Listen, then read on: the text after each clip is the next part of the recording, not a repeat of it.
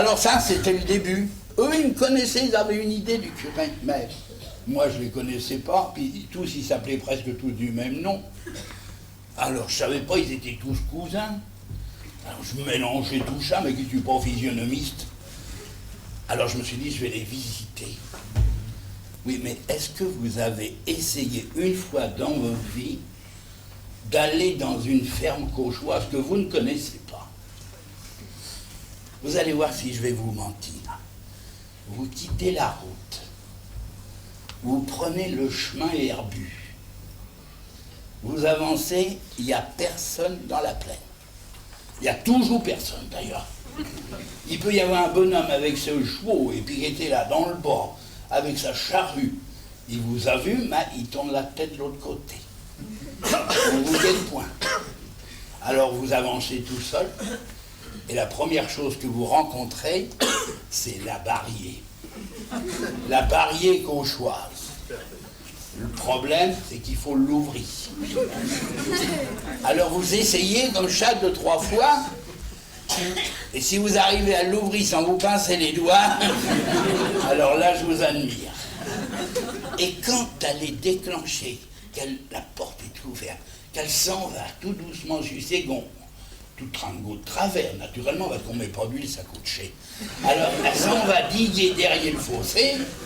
Qu'est-ce qu'a fait? Un miaule. Tout ça est étudié. Le miaulement de la Barrier, ça déclenche le quin. Alors ce pour quin, il bondit. Il pousse sur chaque chaîne, comme on dit, c'est-à-dire il pousse sur sa chaîne, il tire sur sa chaîne. Alors il est prêt à vous maquer, on le nourrit pour chaque coton. Alors il est prêt à vous maquer.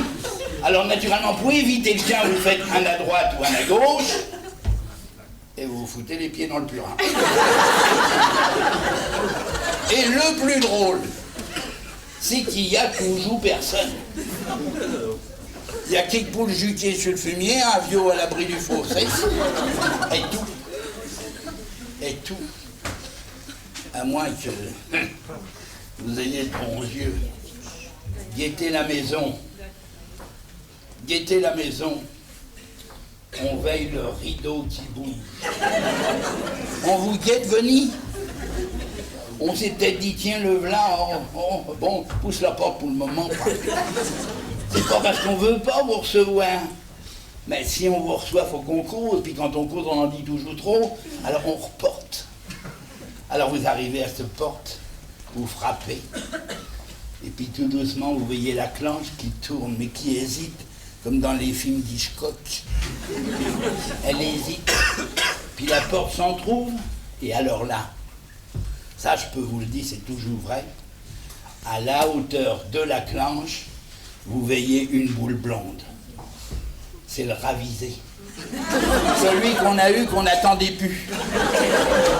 Alors comme il est un petit capon, puis qu'il ne veut pas vous guetter, il pousse la porte comme ça, et alors là, il vous découvre.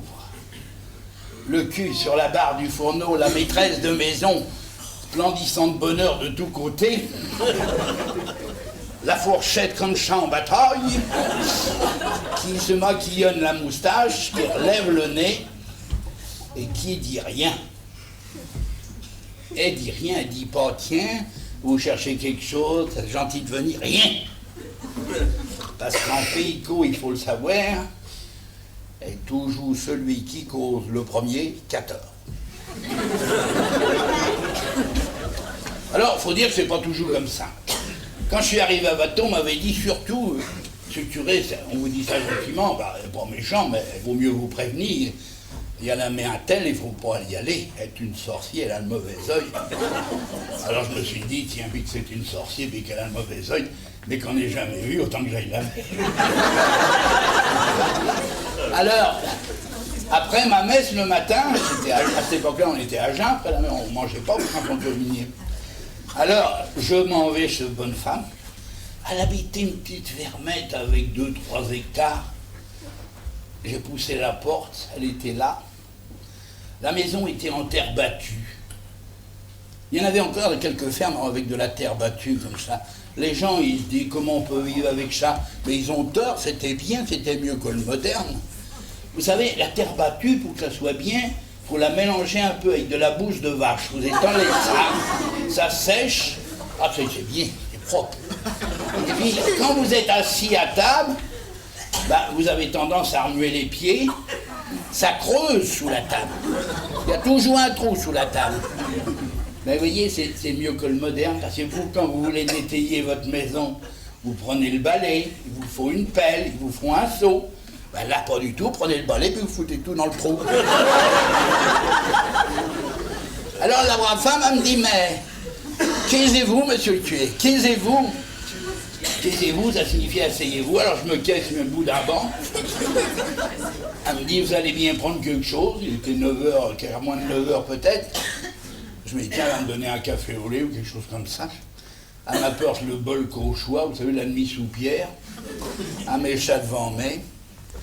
J'attends un moment, puis je la fais qui se dirige vers le buffet. Elle l'en trouve à sur 1 litre de calva. Un verre chat dans le bol.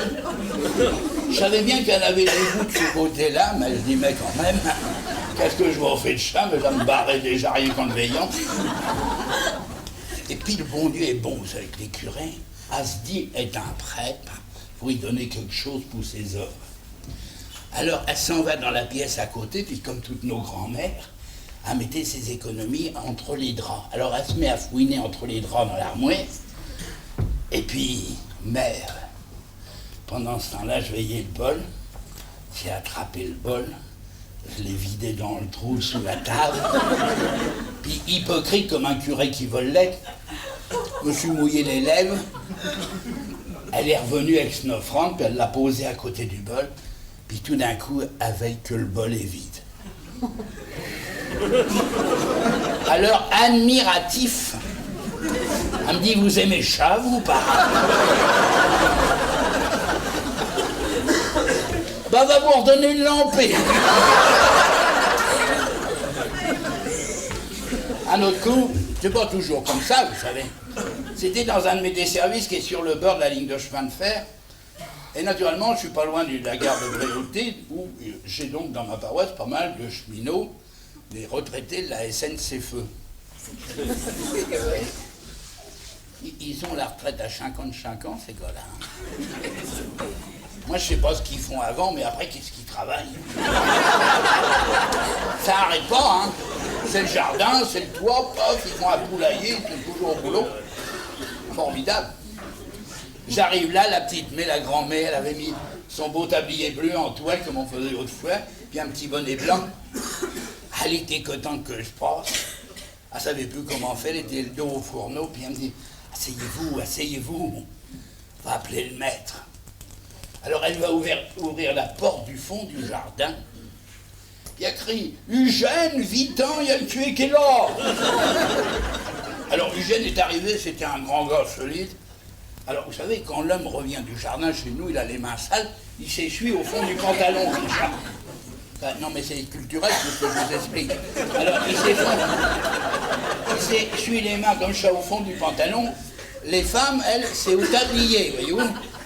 Non, mais c'est une chose importante, parce qu'en Pays de Caux, c'est la seule façon de reconnaître un homme d'une femme.